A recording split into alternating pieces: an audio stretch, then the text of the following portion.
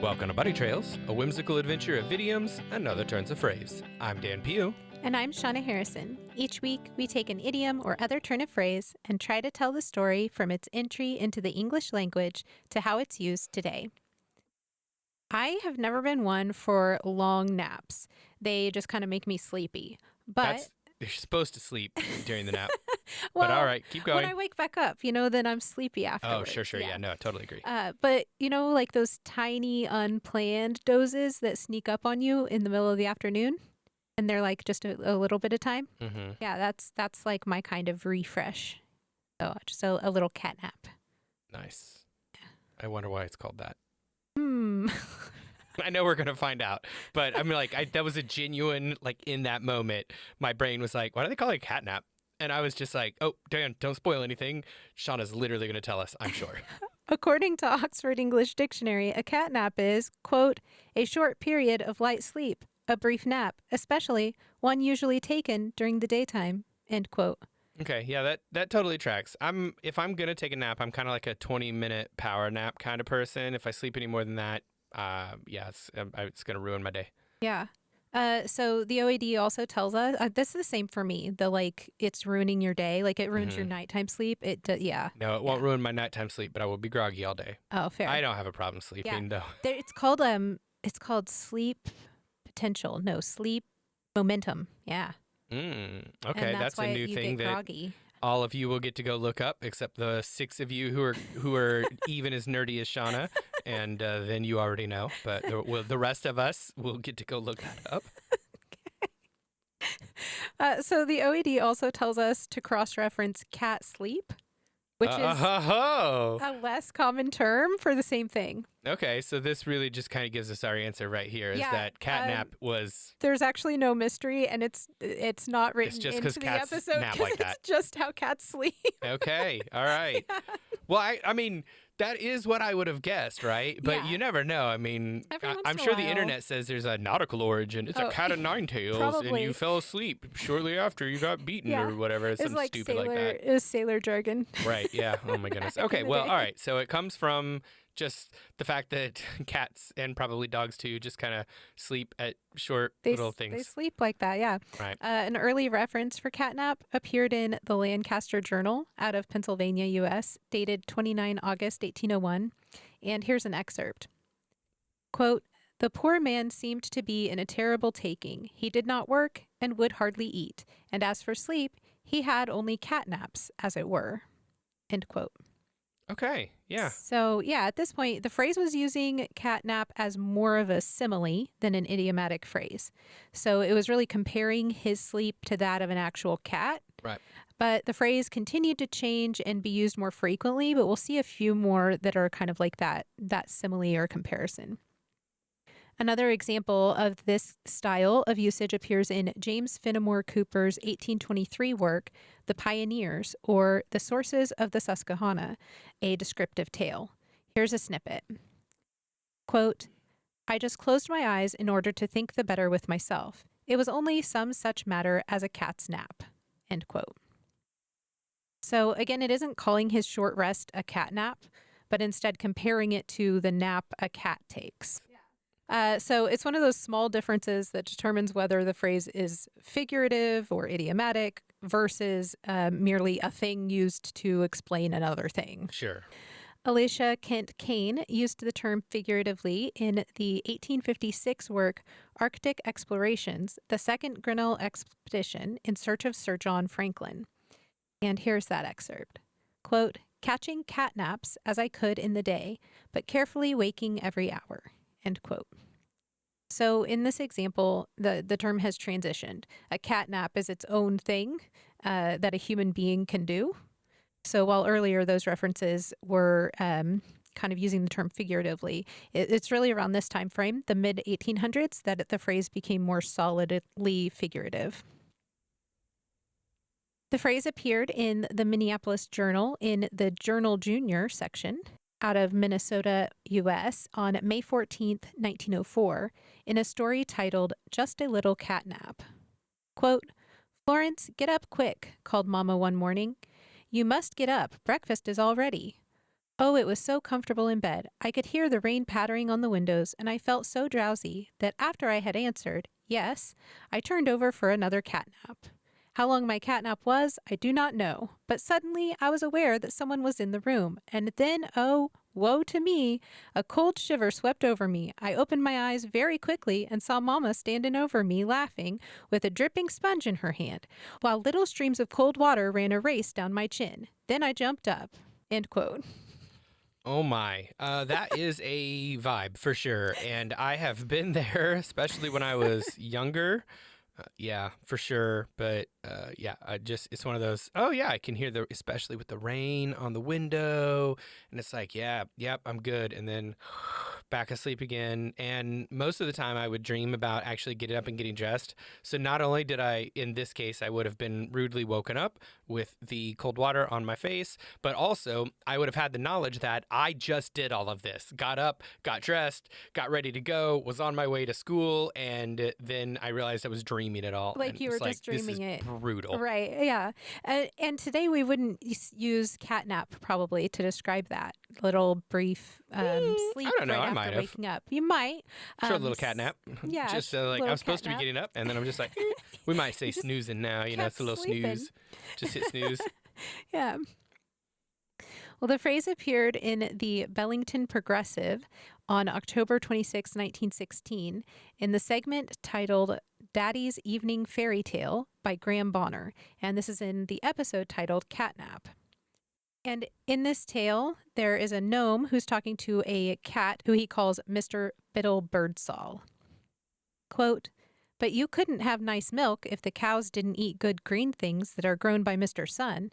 It seems to me, Mr. Biddle Birdsall, that you are very cross." "So I am. I am angry with everything. Even you make me angry because, well, you're not angry about anything. You like everything.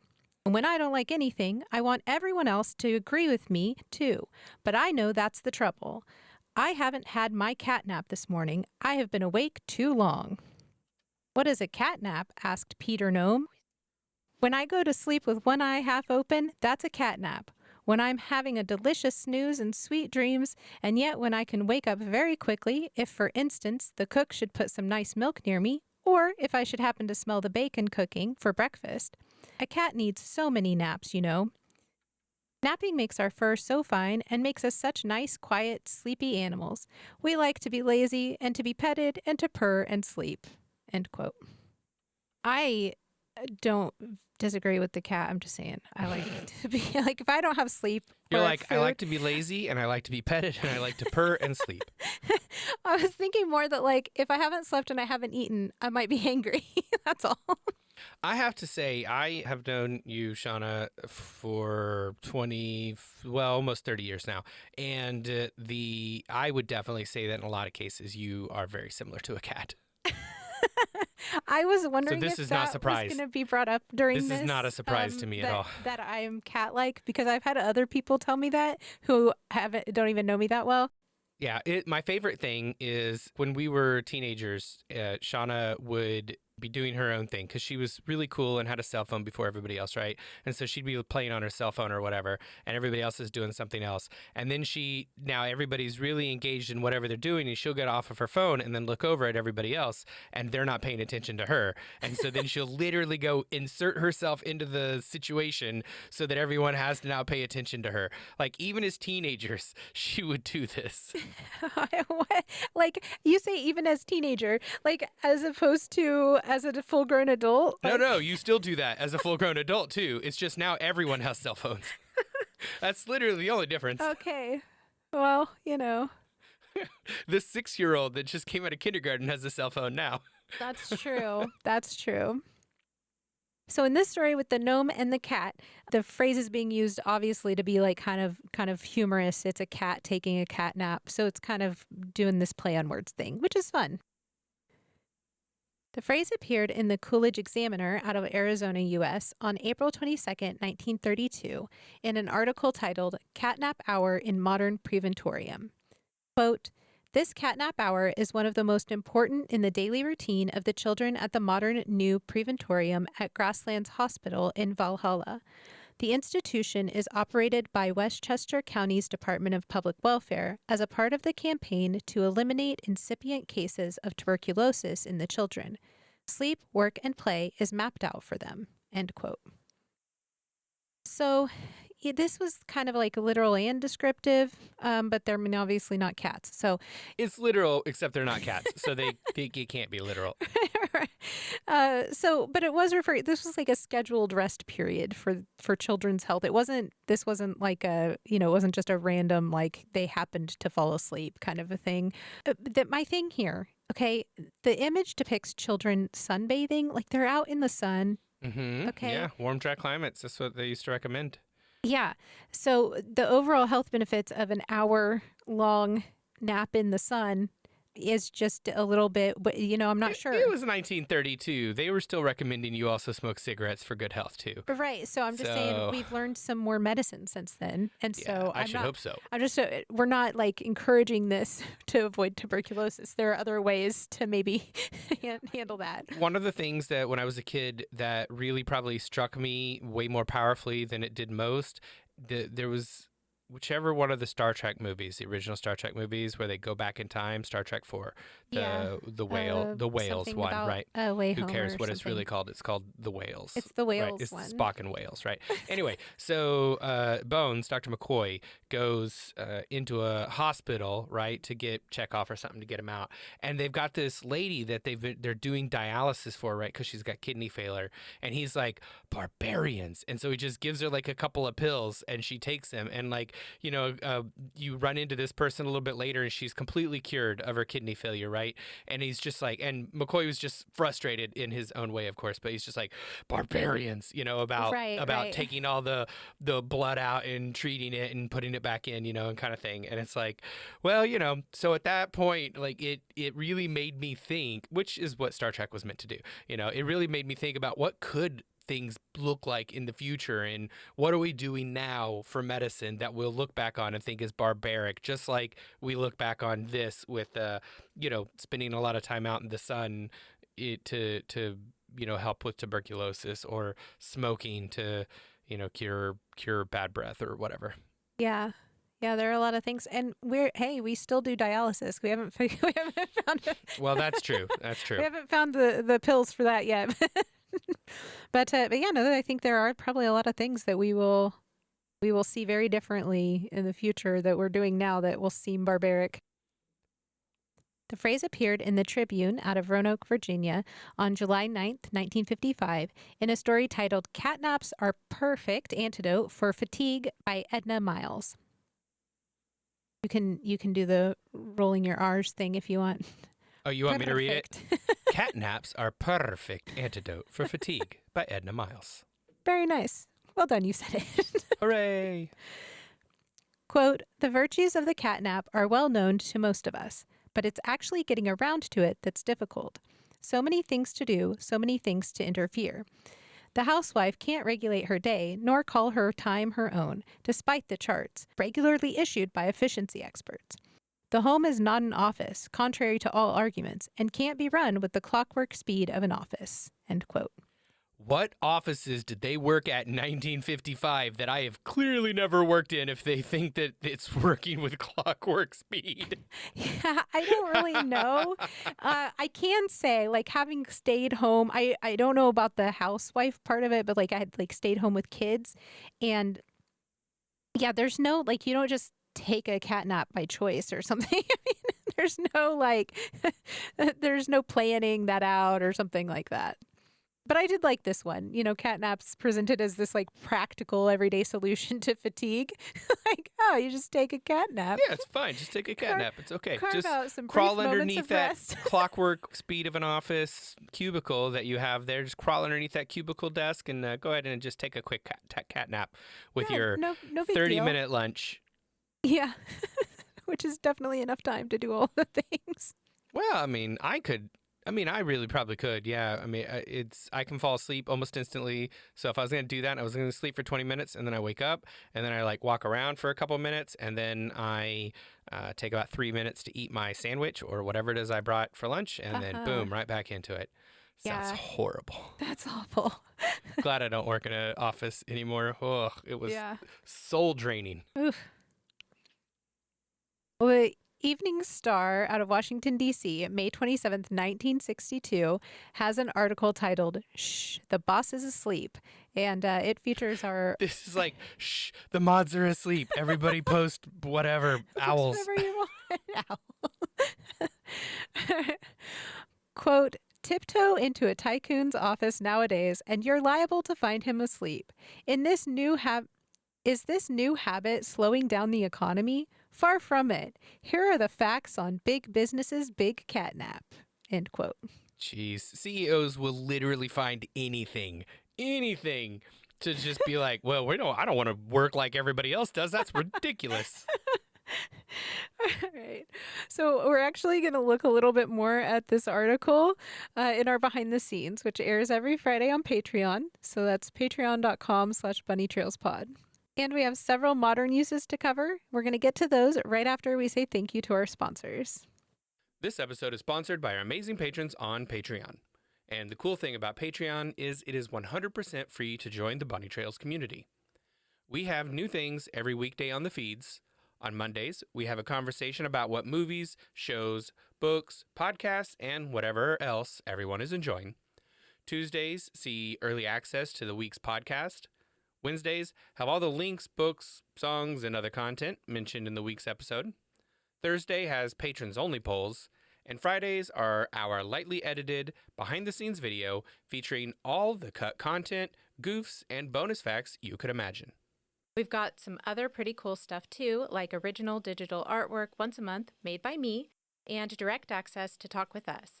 No algorithms getting in the way of what we see or don't see. Plus, you can get awesome name recognition like Pat Rowe does every episode.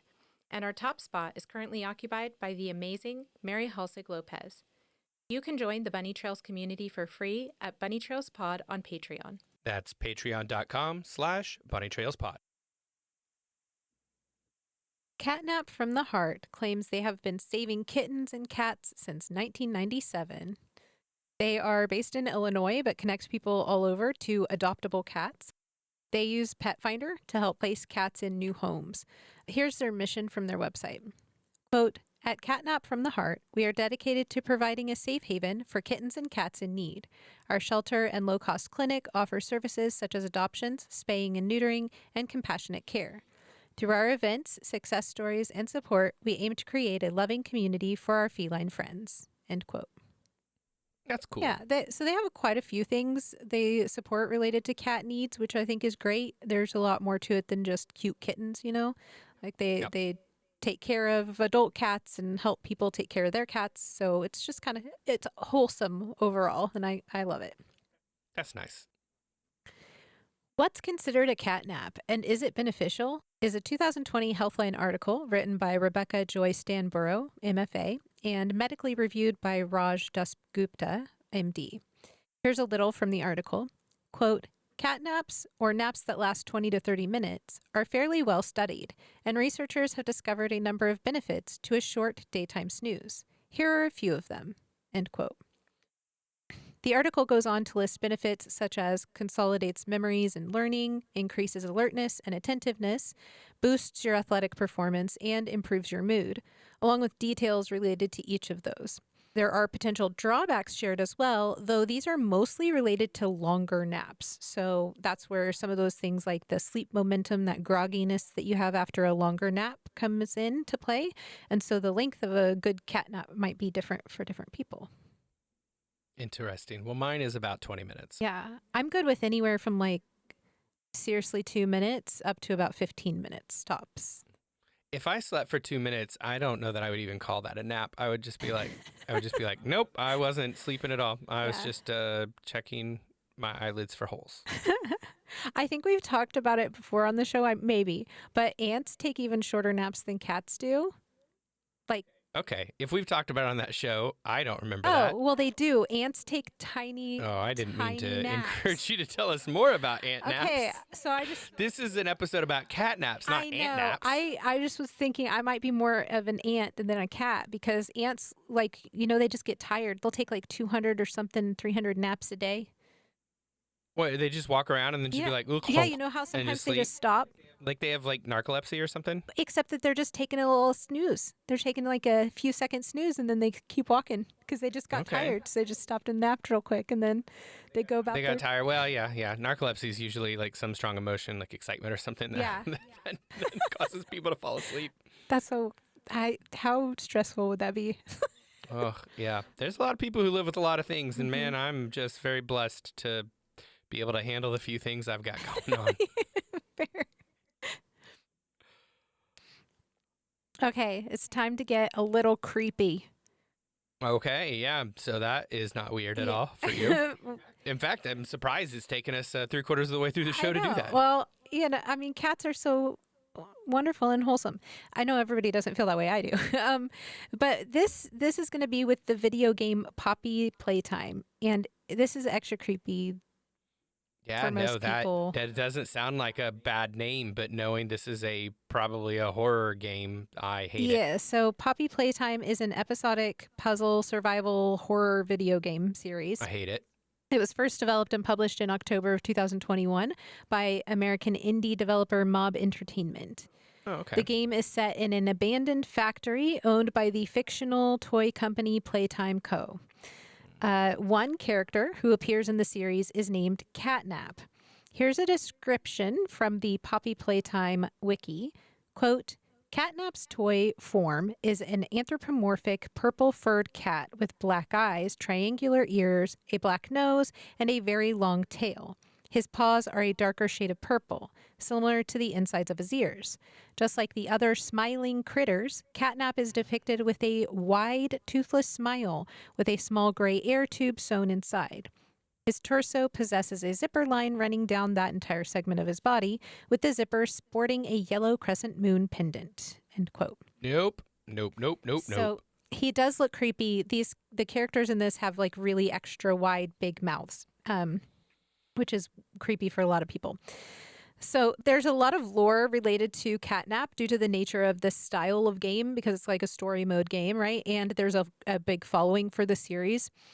A few notes, though, to get the idea of this character. At one point in the story, the Catnap toy has an error in production, and instead of creating a lovely lavender scent that might help children sleep, the toy instead produces a sinister red smoke, which leads to all sorts of bad dreams, hallucinations, and even some unpleasant behavioral changes in the children who owned that line of the toy. That's part of the story of the video game. So, so creepy. And it doesn't stop there. A 2024 YouTube video by Wicked Makers is titled, We Made a Real Catnap Animatronic. In which Jamie and Jay make a real-life catnap from Poppy Playtime. Here's a little bit from the description of the episode. Quote, who is Catnap? Catnap is the main boss of Poppy Playtime, Chapter 3, Deep Sleep. He's a giant, monstrous purple cat-like creature who roams the halls of Playcare, and he's awesome. He has glowing eyes and has the ability to breathe out a hallucinogenic red gas. As soon as we saw him, we knew we had to turn him into a huge custom animatronic. End quote. The video shows a lot of their process for making Catnap. It's pretty fascinating, actually. Their real-life recreation is creepy and cool. Hard pass. But if that seems of interest to you, then we'll link to it on the show notes and on the Patreon. Catnap is a 2025 juvenile novel written and illustrated by Brian Lees. And here's a little bit about the work from the publisher. Quote, with lush paintings and intricately constructed 3D artwork, best-selling and Caldecott honor-winning author, illustrator Brian Lees introduces a sleepy kitten whose afternoon nap transforms into an epic journey through art, time, and history. Perfect for fans of They All Saw a Cat, Museum Trip, and Jumanji. Oh, I do love Jumanji. Yeah.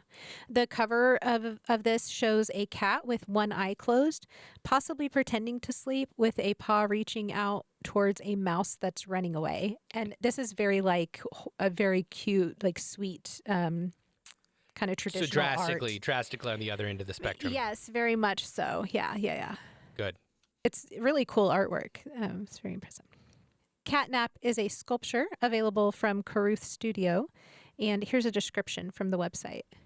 Quote, "There is nothing so peaceful as the gentle feel of a sleeping cat. When the warm sun comes streaming in through the window, it must be nap time. This cat sculpture includes a coiled up little mouse quietly napping with best friend. Few cats can pass up a sunny windowsill or patch of sunlight on the carpet. Maybe we should be more like this clever little cat and mouse sculpture and take a blissful nap when the angle of the sunlight is just right. This would make a cheery gift for any cat lover to display in a sunroom or the gardens." End quote. I can get behind naps in the sunlight like that, when the sun pokes in through the window and it's just like, oh, yep, okay, I'm sleeping for the next 20 minutes. I absolutely have done that. Like, because sometimes the sun's just like shining on the floor and I just like lay down right there in the sun. No, I'm a grown man who would struggle to get back up off the floor now. Oh, I don't know. I just lay down. Then you just get back up. I think it's like if you keep doing it, you just are always able to do it or something. Mm-hmm. My knees only have so many getting up off the floors in them, and I think I'm I think I'm in the final quarter of their capabilities. I see. Oh my gosh. Okay, well, I thought this sculpture was super cute, and I could totally see it in the cozy corner of somebody's space or in their garden. I found a Kickstarter campaign for a board game made by Arabellum Games called Catnap. It's described as a clever tile-laying game where 1 to 2 players create playful cats across a cozy living room floor. The tagline and part of the game intro read, quote, "Catnap, a tile-laying game about out-snuggling your rival. The perfect game for two players and cat lovers. Catnap is a delightful cat-themed tile-laying game with a surprising amount of strategy gameplay." End quote. Perfect. The perfect game. Perfect. You got to channel your inner Eartha Kitt. It's perfect. She would say it like different, I think. The perfect game. I think she for would like two roll players. it further back. Perfect. Perfect. Yeah, it's not as smooth when I do it with the back of my tongue instead of the front of my tongue. Perfect. Whatever. This is sonically unpleasing, I'm sure. Yeah, you might need to cut all of that. That's so horrible. Okay, I like tile laying games, and this one looks extra cute because it has like the cats on it and it's colorful and all that. The simplicity of games like this, the tile laying games, is great because it can bring together like a lot of different experience levels because there is strategy, but it's also simple enough to just learn how to play right there. Right. Also, most of them you're building the board as you go, which is really helpful because there's a lot less setup. Yeah, so your time is spent on the game. It's fun. Well, I've always liked the phrase catnap because it captures something very relatable and slightly indulgent, those little moments of rest that sneak in during a busy day. Even a short pause can refresh the mind and body without needing hours of sleep. There's something charming about the imagery, too. It's like soft and quiet, yet energizing in its own small way. For me, the phrase makes me smile, and it perfectly describes those tiny restorative pauses we all need. A little catnap. That's about all we have for today. If you have any thoughts on the show or pop culture references we should have included, reach out to us on our Patreon. It's patreon.com/bunnytrailspod or comment on our website, bunnytrailspod.com. It is poll time. Recently, we asked our patrons about their Windows situation. About 1/4 said Windows open, while another quarter said Windows closed. And the rest said it was really dependent on the situation. So Jan said, quote, "Open in the house when the AC or the heater is off. I need to clean out my truck so the straw wrappers don't blow out. Otherwise, I drive with the windows open more often," end quote. Cheryl added, quote, "I would love to have windows open all the time, but due to allergies, they're closed a lot," end quote. I totally feel that. JGP shared, quote, "If at all possible, I would rather have the windows open, but of course, with nature what it is, a huge chunk of the time it's too cold, too humid, too rainy, or too something else that just makes having the windows open unpleasant," end quote. I love the weather. I'm also perpetually cold. And air quality is a thing. But during part of the year, I just kind of stay outside a lot. So really, I love that we have windows. That's what I'll say. My vehicle windows, though, I open almost every time I drive, like every day, any season. I love the fresh air, even when it's like sprinkling or something. I always keep the bedroom windows closed because I am allergic to Kansas, especially wheat pollen. And the allergy doctor told me that I needed to never open my windows again, never use ceiling fans, and get rid of my carpet and have just hardwood floors. And I said, I'm not going to do that. And he goes, okay, so new plan. Then you need to do all of that for your bedroom. That way, when you're at least for the 8 or 9 hours a day you're sleeping or have whatever time you're in a bedroom, you're not being exposed to your allergies. So I have done that. My bedroom windows are closed. Always. But the rest of my house, I'm happy to have windows open for airflow. In the car, I have the windows down if I'm in my little town. But if I'm on the highway, I'll probably have to have them up as it will be too windy.